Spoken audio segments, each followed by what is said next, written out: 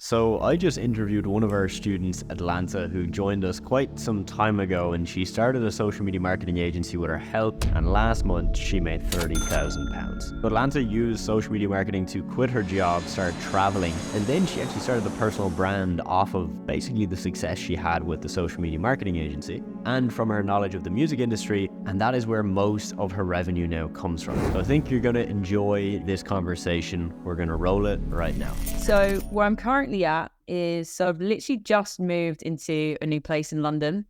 And this is after a rapid growth in business. Just rounding up, doing the end of the year numbers now. It's 21st December, so we're pretty much towards the end of the year.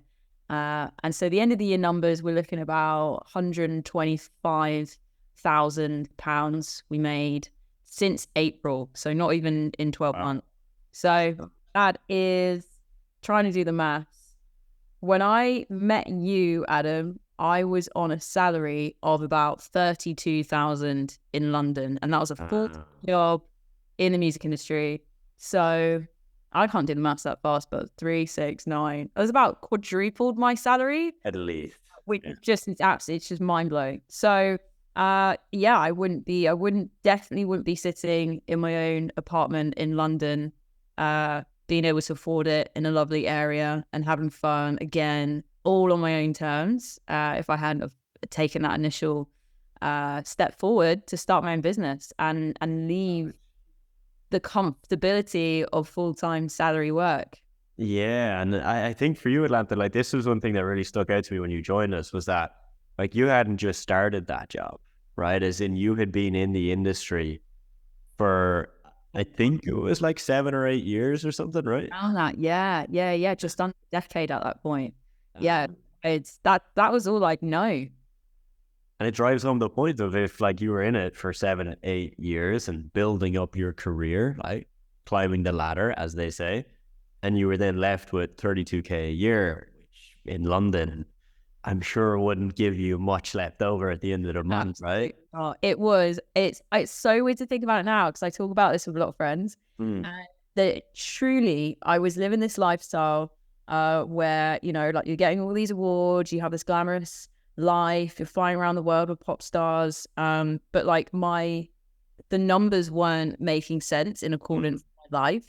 And after I had gotten paid, like pay tax, rent and bills, I worked out that I was living off of like £15 a day for the month. And it's just like, it got to a point where I was so sick of that. I knew that there was just like this whole other life for me. And it was like, I was already there, but physically I wasn't. And I just needed to find the right person to just open that door and tell me how to get there. Because I trusted myself that I would be able to get there, but I just didn't know how to do it. So I literally just needed someone to be like, this is how you do it. And then the minute I found that right person, which was you, it was, you know, away we go. And that kind of just gave me the confidence to just go, you know what, I'm just gonna, I'm a very all or nothing person. So I just quit I got sick of it, quit my job, and literally just felt like I was restarting my life completely all over again. And then I just went fully in on it and just literally just put in the work. And You did. And incredible. When you joined Atlanta, like I'm pretty sure you were still working the job. You joined, and like you said, the goal was learn the information, get clear on what you need to do, and then do it. Yeah. But I think I can remember when you sent me a message saying that you had just quit your job. Yeah. And it wasn't right away, but it was within 1, 2, 3 months or so. Yeah. And what I'd really like to kind of ask you is, what made you take that initial leap, right? Because you knew the world was there. You knew you had the potential. You had the inner confidence, the self-belief to do it, which not a lot of people get to that point, which is really sad and unfortunate. What pushed you? Like, were you thinking about it for like a long time beforehand? Or was it just a spur of the moment thing? Yeah, and I think I wasn't because also I was coming into it when I joined Six Figure Accelerator. You join and you see so many people kind of join and they almost get kind of instant results. And I knew I just didn't have that capacity to do it because of my job. And I was so incredibly burnt out from that job as well. It literally, it felt like it sucked the life of me. And so it was definitely something building for a while, but I knew I couldn't just take a risk. I had to take a calculated risk. And for me, knowing that I knew the steps forward and I had a mentor in place, it was this clear kind of runway for me of, okay, if I now quit my job with nothing to go to and no potential income for a while, I know because I've got the tools in front of me, I know I will start seeing income coming through, because the thing that's stopping me is literally just the time. And that was just, it was just rubbing for such a long time. I think, it was a good few months. I think I joined roughly towards the end of the summer. And then I put in my notice a few months after that, where I thought, okay, like I know what I need to do. I just need the time and space to do it. And get away from this job, because it wasn't it. So when I quit my job and I moved out of London, I just took a bit of time out to just, again, just sort of get myself into a place, figure out also exactly what I wanted to do in this space online. Because at first, when I joined, I didn't want to do anything in music. I wanted to run a social media agency in travel, because I was desperate to travel. Oh, yes, I remember. I was like, okay, well, maybe let's explore this. So I definitely dabbled in a few different sort of niches for a while. Tried the travel thing out, and then ended up just taking on whatever sort of work here and there to do social media management. And I was like, I can do this, yeah. But then I realized the one thing that I actually truly love is definitely music. It just wasn't the job for me. That job that I was in was ruining my love of music. And so I thought, okay, business building is really, really hard as it is. So you've got to love what it is that you are building in order to actually enjoy the process. And I definitely know social media, but I didn't think I loved travel as much as like running social media pages for other travel companies. I just think I want to be the one traveling. So I thought, okay, that's going to marry up. And so by taking that time away, going traveling and rediscovering what is it I actually really, really love, and what can I like do well and monetize. And let's think about that. And how do I reach people? And so then I'm giving you a bit more of my life story here, but basically after traveling for a period of, I'm going to say sort of 6 months or so. And really, again, I was trying things out. I was taking on social media management work. I essentially sat down and I looked around and I saw this opportunity in front of me, which is TikTok. And I have a lot of friends who are YouTubers who just jumped on an opportunity about 10 years ago, and they picked up a camera and they didn't care what other people thought of them. But now, 10 years later, because they jumped on an opportunity and they took action, they're now all buying houses with their YouTube money. And so I'm sitting here going, I see what's happening. We have got a new wave here, and that is TikTok. So if I just figured out how to properly do this app, Adam's doing it. Adam's running a whole business off TikTok. So if Adam's doing it, I can do it. But I need to figure out what is my thing and how to work this app. So I get on the app and I just spend literally, I had no job. So I had a lot of time, and I just got my head down for a few months, figured out what was my tone of voice on social media, how am I going to connect with people, and what is my seat at the table. And then I just literally made a load of content for just months. And it was just content, just giving value. And then once I built up an audience, I had options of how I wanted to monetize. And then through that, then created a whole new business, which is now what I do full time, which is my coaching business. But that was never the starting plan. The starting plan, I'm going to do a social media agency for travel and hospitality and hotels. And I've gone all the way from there, all the way back to the industry that I started, but coming back to the industry that I know, but doing it on my own terms. So I still get to do what I love, and I get to do things that I just really, really know very well. But it's completely a brand new job, which is coaching. And had I not been through that process of understanding, again, like how to build an online business, what to implement, how to scale it, which is really, really important, how to sell to people, how to market your business, so many skills in that I learned, which is what I use every day with my coaching business now. So that coupled with TikTok growth, Well, 25 grand in how many months? April, like good months. 9 months or something, eight months. Sick. So good. And Mental. it's the comparison, right? Like I just can't get over that. Like the years and years and years in the job, 30K a year, and then 4x it. You're Yeah. probably gonna 5-6x it next year, like it's mind blowing. And I'm sure people will have that exact reaction hearing that, thinking that's mind blowing, but that's just not possible. Like it's too far away. Yeah. That's probably what you might have thought. That was me. That was literally me Yeah. every single time. Like you get on TikTok and I was looking at people thinking, oh man, like they're like 18 and they're like running like 6-figure businesses. Like literally this whole year I had written out on a piece of paper, like I am a 6-figure business owner. Nice. The moment that I crossed that mark, I was just like, if you said that to me in January this year, that you would be a 6-figure business owner, I was no way, not going to happen. And then last month I made 30 grand. Like there's literally my whole annual salary in 1 month. And it just, I feel like mentally I haven't caught up yet to that because I've been so used to never having money. And now it's all come from me. Like it's my value. And it's just, again, I was that person sitting there watching these kind of interviews and testimonials, the videos, going, I think I can get there. I just didn't believe it. The self That's the key, isn't it? had been worn down so much.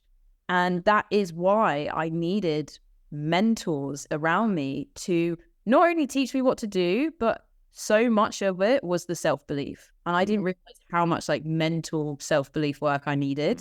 And once I unlocked that, it was like a switch. And once I unlocked that, I was like, oh, I can charge for this. I can charge 4 figures for my services. What? That's usually what I got paid for my full-time job a month. There's no way I could charge that.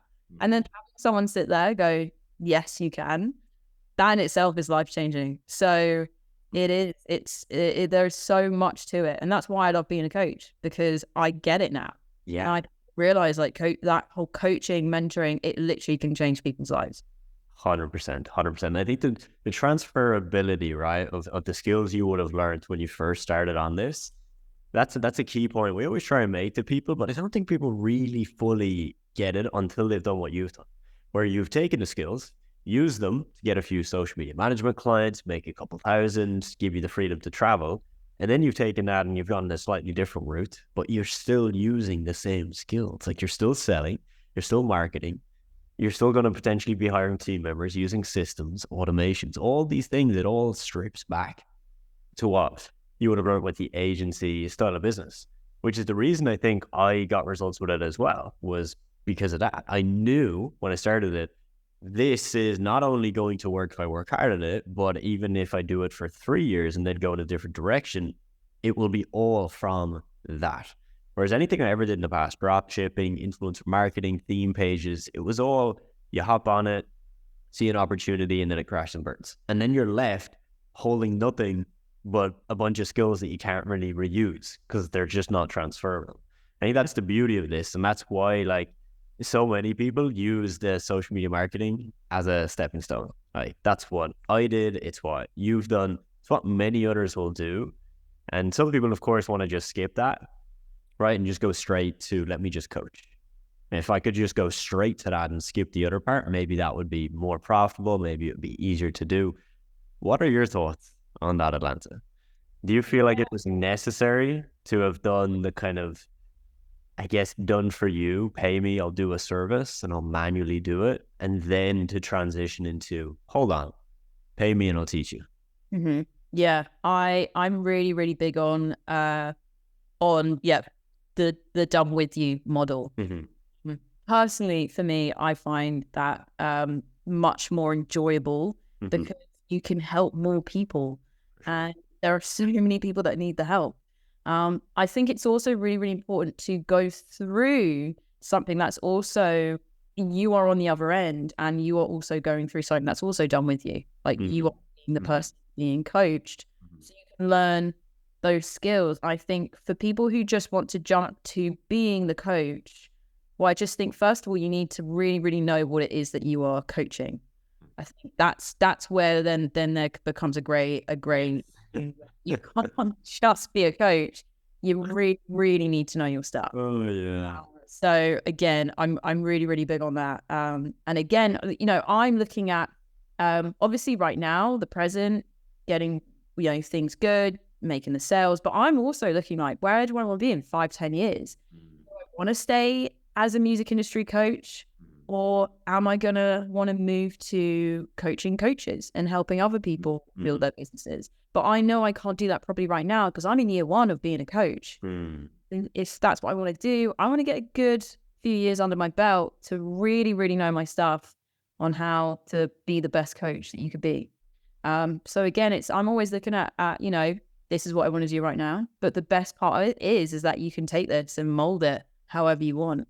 But yeah, I think for me, the whole coaching thing, like I said, never started out thinking I'd be a coach. It was always something in the back of my mind where when I definitely, even with you, I thought, yeah, I'd love to be a coach one day. Like, I think I'd be good at it, but I just didn't think I knew enough to be a coach. It's just so funny now that it is music. It was that thing. It was like, it was right in front of me. I know. You're probably the one person that could have gone straight to coaching. Yeah. Like, most people can't. They're trying to coach on something that's not done, but you probably could have. Self-worth. It was literally self-belief that stops me from doing it. Super interesting. Interesting. So Atlanta, now, like you said, you did 30 grand last month. Yeah. That's thank you. I don't know what was in the air last month because I actually didn't really do anything different. Okay. It was just we just made sure we had the doors open. The system is all in place by this point. We launched in April, so we've got a good few months of how things work. The big thing that changed for me as well is hiring a salesperson. So that was a game changer. So by that point, she was also very, she'd learned how to sell. She knows the program. She knows me. She knows the kind of clients we get in. So I think that may have been a contributing factor. But again, it was huge. But I think the main thing is that by that point, by last month, I was ready to be able to take on that amount of work. Because if I hadn't have gotten the systems in place, if I was still doing what I was doing before going more into coaching and group-based stuff, there was no way I would have been able to accept 30 grand's worth of work and that amount of new customers. But the fact that we were in a place was awesome. So, come on in. Yeah, for sure. And what's wild is, Atlanta, you said you didn't really do anything too differently, right? And you did 30 grand. I just had a look at your TikTok just before hopping on.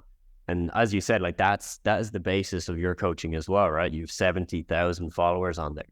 And when you look at the amount of times you've posted a lot.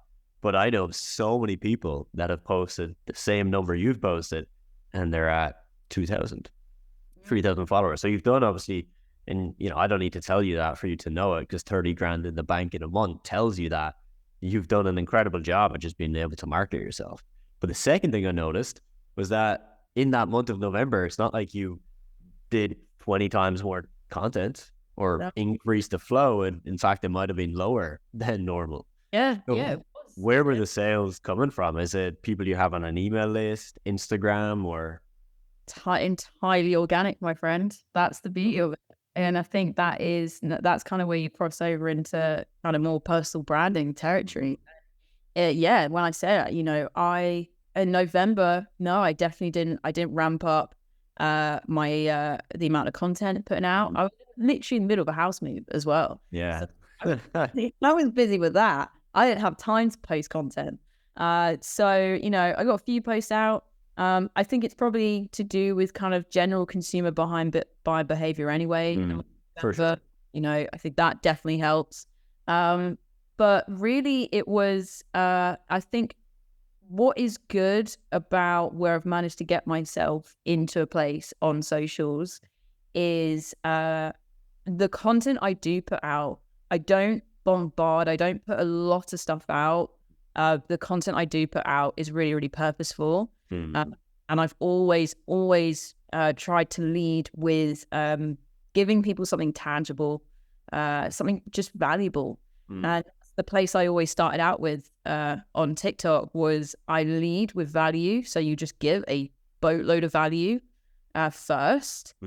People trust you, and then that will do the selling for you. That's really it. So by the time people go and book the calls, they fill out the questionnaire and everything. We can kind of pre-vet them. They get on the calls with my salesperson. They're already warm because they've already built the trust with me through the content I've made. So there's been, again, this entire time, I haven't spent a penny on advertising. I haven't done any cold outreach at all. It's purely been inbound. So I'm sitting here thinking, okay, what if we do start doing outreach and ads? What then? And I know I need to even maybe look at building even bigger systems in order to, monthly memberships and things like that, where things are more automated, courses. There's so many options I can do. So I'm building that first. So once we hit the button and do more cold outreach tactics, I expect it to just kind of even excel even more. Because if that's what we can do organically, well, we haven't really pushed. I'd like to think we'd hopefully be in a good, healthy position. Definitely. Like, damn. We'll talk more about this after. I think we could for an hour just on that topic alone. Yeah, I think that's the thing. When people see it, they don't realize, like, shit, that's like you haven't spent a penny on ads, like you haven't done any outreach. I'm like, I swear, nothing. What we have been doing is collecting emails the whole time. We've sort of I think we're around 5,000. Again, the email list grows passively. I don't rarely push to it, but we've got about 5,000 on the email list, and I'm just keeping it sitting there to start delivering value on the mailing list. And then again, once we roll out more kind of scalable products, we hit people on the mailing list. So it's such an enjoyable process. I love all of it now because I'm doing this thing I love doing. And that's, I think, again, is one of the most important parts. It's a big shift, right? Yeah. Big shift. And I've never had that in the sense of working a job I hated, but at the end of the agency journey for me, there was months where I just didn't enjoy it. I didn't enjoy the whole process, the relationships we had in the business, everything. It was just, I didn't enjoy it. And then going from that to then just coaching full time, I did that at the start of 2023. And I remember just that feeling of, holy shit, I can now work on the thing I'm enjoying more, make more, and not have to deal with all the other stuff that I wasn't enjoying anymore. Yeah. What a feeling. What was the thing that made you finally quit your social media agency? Because you grew, that was doing really, really well. So what final thing that made you go, I'm all in on coaching? It was literally the business partnership that I had. Because I had a partner, right? 50-50 partner. And it was so good for so long. Like, we were so much on the same path, the same wavelength of where we wanted to go with this. And there was a mark probably a year before we stopped, which was where we decided we're not as aligned as we once were. So instead of us just constantly kind of clashing heads all the time, what we're going to do is we're going to make a strategic decision to just scale down. And that's what we did. So for basically the last year, we still took on new clients, but we didn't try. We didn't push much outreach. We didn't do much promos. And, if you have this amount of monthly revenue, it's going to eventually just dip, right? And that was our goal, was literally to essentially crash and burn our own business till it was zero. And then we would just let everybody go and we'd move on. Right. But yeah, it kind of got to a point where there was a bit of a stalemate, and then I basically ended up selling my half to him.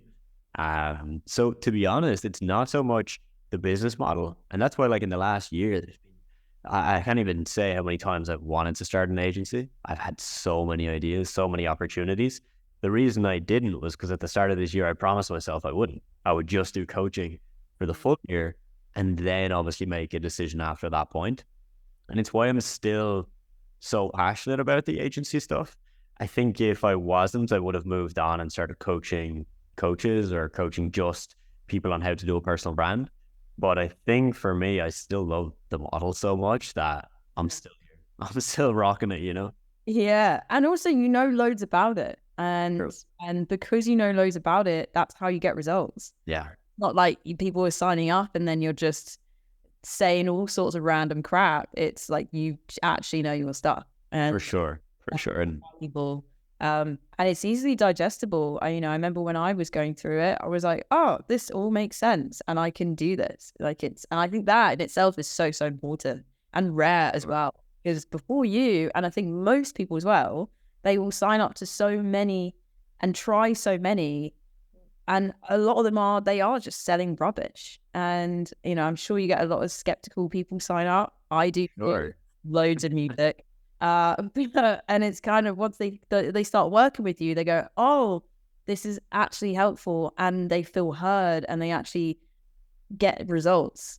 And you go, yes, like, it is there, it is available. But it's kind of having to go up against so many people who do almost, again, they jump on that bandwagon. Yeah, it's that. Having someone that cares that's the difference. 100%. Atlanta, you should see the 3.0 we released in August. It blows the old stuff out of the water in terms of practicality, action items throughout the whole way. It's a whole other beast. But that point, I just want to touch on that. That's again why haven't I started coaching just coaches, just how to do a personal brand. And I think that's a massive point that you mentioned. It's like I've been doing coaching for a good few years now, 3 or so years, but full time a year, right? So maybe in 6 months from now or 9 months from now, I'm going to turn around and go, you know what? Now I feel 100% confident in my ability to do it and have enough experience. And I think, as you mentioned, I think just too many people jump into whether it's, and not the agency, because you can just learn that on the way, but when it comes to coaching, positioning yourself as an expert and charging for your advice, too many people, I think, jump into that where they really should wait a year. Like there's guys I've seen even in our program that have gotten to, just one story I always tell, got to 2K a month, messaged me, said, hey, Adam, hit 2K a month. I was like, fantastic, amazing. And he said, don't post it. And I said, fair enough, most people are pretty cool with me posting it, but I was like, all good, no worries. Then I remember that he was posting content, like a personal brand style content, so I wanted to check it out. And I checked it out, and he was basically coaching people how to get to 5K a month guaranteed in 90 days. And I was like, oh my days. Yeah. Then you've got the case of someone's seen that and they've seen Adam's doing this coaching. It's clearly working. And instead of doing what you've done, which is like, wait, build up your expertise and know when you're actually able to do it, this person obviously did the opposite. They did it way too soon and lied. That is the scary thing, isn't it? It is. Yeah, there is a lot of that out there, with people wanting to just rush that whole process. And I just think, just wait, get the results in yourself. Yeah. Success in quiet. I always say, just like get your head down, learn it, do it really, really well, and then kind of re-emerge with everything you've just achieved, and then share your wisdom because you've been and done it. And I think that is the thing that separates the good coaches from the bad coaches who are doing it for the wrong reasons. 100% agree. Atlanta, with the music industry, I have no idea if there's many other coaches. Like I haven't a single clue. What is that landscape like? So when someone has a sales call with your team at the moment, is there a high degree of skepticism, or they've been burnt in the past, or is it a pretty tapped industry? Yeah, there are a few. There's I still feel like it's quite a new space, coaching. I think since I've started though, I've noticed a lot of people beginning to start, which is interesting. Yes. There are a couple out there. A lot of them are like older dudes. And I think people kind of like my sort of fresher take to it. Yeah. My sort of USP in the space is I am practicing what I preach, whereas I'm not someone who has had some mild success. Yeah. There's a guy out there who's been doing sort of coaching and education for sort of over 10 years, but he's never really reached any sort of pinnacle success. So his outlook is very jaded. And I say that because I've had people come to me who have checked his stuff out and gone, he comes at it with a very negative mindset, and you are very empowering, and that's what people need. But yes, there are a lot of people who are skeptics. I really try, and I've worked quite hard to move myself away from kind of being branded as like a guru or anything. Is sort of thrown around a lot. And so I think that's why the program that I have is really, really developed. It's like 6 months of access to me, like literally one-to-one, as you know. It's really, really intense, and it's done in that way of being able to have that personal touch to everything that I do, rather than just getting people to sign up, run them through a really hands-off program, and never even checking in on them. And I think, again, I sort of looked at the experience I had with you of like, I can just drop you a message whenever I needed it, and you guys will get back to me. And that was just so helpful in itself. And I thought, okay, well, people are going to need that too. And so I think that's every place I'd move and I operate, it's always to just give the absolute best and give people the absolute most, and but like, and in a great way of like, here is absolutely everything I know. And you can have me in your pocket. Whereas so many, I think, cut corners by that.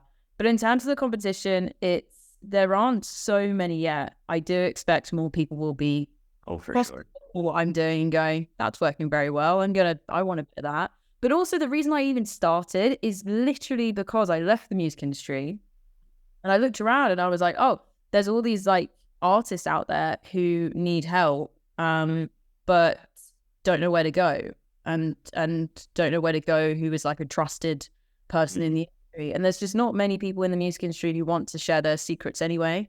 And I thought, well, screw that. I don't care. I want to share. So I don't care about gatekeeping. So I think that's literally why I started. I was like, people need the help. I can help them because I know what I'm doing. And I just started by just talking about all the things I know. And then that became very helpful to people. So I just did it more. So it was never even to start by, oh, this could be a whole business. It was literally coming from a place of, you guys need the help and I can be that person for you. And that's how we've led. So I think that's why you're at where you're at. Like you said, you started with the right reason. I think it's so easy to undermine that and forget that and just think that's not important. But it is. It really, truly is. Atlanta, where can people find you? So I am at Music Industry Mentor on TikTok and Instagram. So there you'll find a bunch of free content that will actually help you, like tangible content. And if you like that and you want to work with me more, then you just know exactly what to do. Exactly. Well, that awesome. So is it. Amazing. Atlanta, appreciate you coming on. And I'm sure everybody else that's still watching this probably thinks the same thing. So it's been awesome. It's been real. Good to see you. So there you have it. Now, Atlanta stroked my ego many times throughout that interview, told us how great we are as coaches. And if that, for whatever reason, made you think that you should potentially get her help, you will see a link in the description of this video where you can book a call with us. It's a no pressure call. Ask us questions, see if we're a good fit to work with you. I know we can help you because we've helped literally hundreds of people like Atlanta now at this stage. People younger than her from different countries, non-native English speakers, pretty much everyone. So we'd love to speak to you and I hope you enjoyed.